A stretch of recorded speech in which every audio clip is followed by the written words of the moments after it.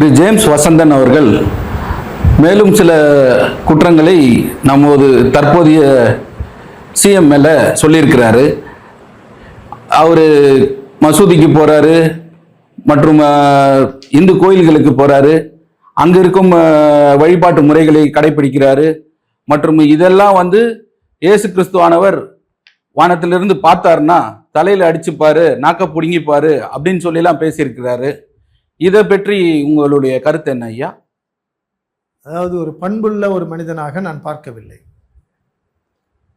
எந்த மதத்தை சார்ந்த ஒரு மனிதனுக்கும் பண்புகள் இருக்கும்.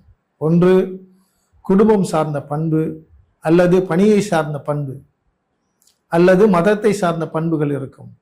இவரிடத்தில் எந்த ஒரு நல்ல குணங்களும் இருப்பதாக எனக்கு புரியவில்லை. முன்பு சொன்னார், எலெக்ஷனுக்கு முன்னாடி சொன்னார், இவர் ஜெயிச்சு வந்தாருனாக்கா நான் தமிழ்நாட்டிலே இருக்க மாட்டேன் அப்படின்னு சொல்லிட்டு. ஜெயிச்சு வந்துட்ட பிறகு எதை வைத்து குற்றப்படுத்துகிறார்?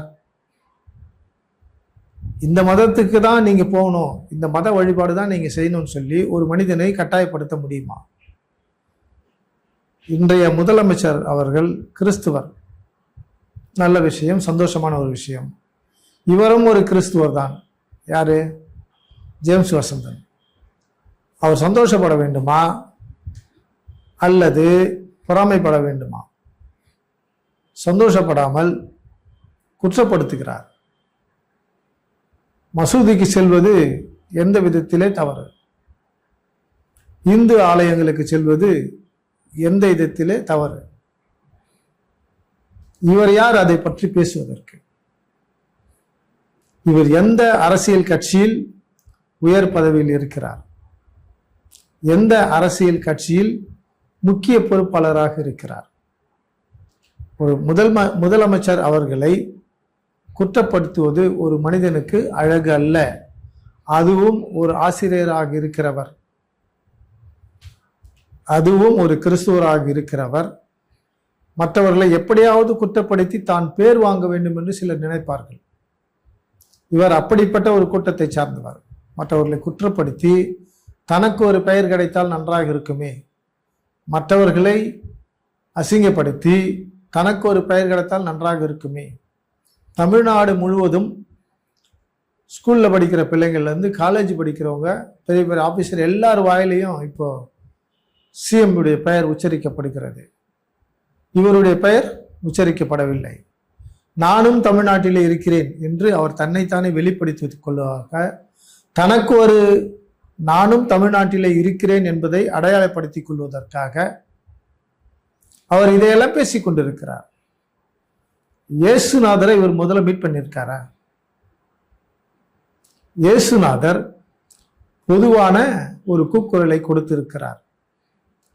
உலகத்திலே இருக்கிற எல்லா ஜாதி மக்களையும், உலகத்திலே இருக்கிற பல மொழி பேசுகிறவர்களையும், உலகத்திலே இருக்கிற பல மதத்தை சார்ந்த மனிதர்கள் எல்லோரையும் ரட்சிப்பதற்காக வந்தவர்.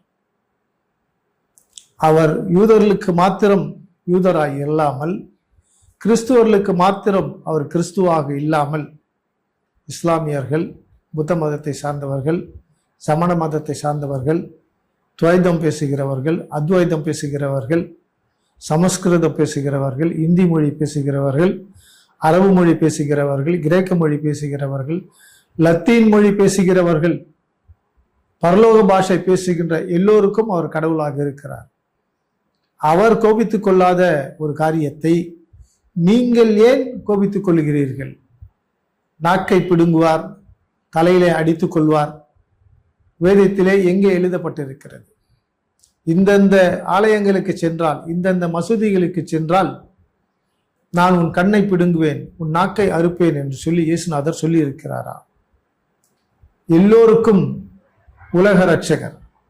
எனவேதான் இயேசுவுக்கு இன்னொரு பெயர் உண்டு, நான் உலகத்திற்கு ஒளியாக இருக்கிறேன். அவர் கூக்குரல் கொடுத்திருக்கிறார், வருத்தப்பட்டு பாவபாரத்தை சுமக்கிறவர்களே, நீங்கள் எல்லோரும் என்னிடத்திலே வாருங்கள். He give the invitation, all can come, whether east or west or north or south, any language, any tradition, any culture, any religious, I have no partiality. அவர் பேதம் பார்ப்பவர் அல்ல, பிரித்து பார்ப்பவரும் அல்ல. பரலோக ராஜ்யம் பொதுவானது. மனம் திரும்புகின்ற, நன்மை செய்கின்ற, உண்மை பேசுகின்ற எல்லோருக்கும் பரலோக ராஜ்யத்திலே இடம் உண்டு. அந்த பரலோக ராஜ்யத்தினுடைய வார்த்தைகளை திரு ஜேம்ஸ் வசந்தன் அவர்கள் படித்திருக்கிறாரா? பரலோக ராஜ்யம் என்றால் என்ன? இயேசு என்றால் யார்? எதற்காக இந்த உலகத்திற்கு வந்தார்? அதை முதலாவது கிறிஸ்துவராக இருக்கிற திரு ஜேம்ஸ் வசந்தன் ஆசிரியர் அவர்களே, வேதத்தை தலைகீழாக படிக்காதிருங்கள், வேதத்தை ஒழுங்காக நிதானமாக வாசியுங்கள். அப்படி அர்த்தங்கள் உங்களுக்கு புரியும்.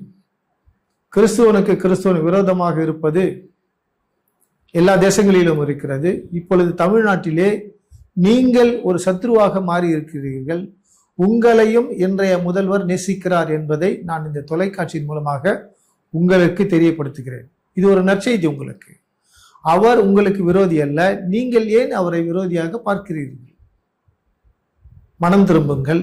உங்களையும் ரட்சிக்க பரலோக ராஜ்யம் காத்து கொண்டு இருக்கிறது.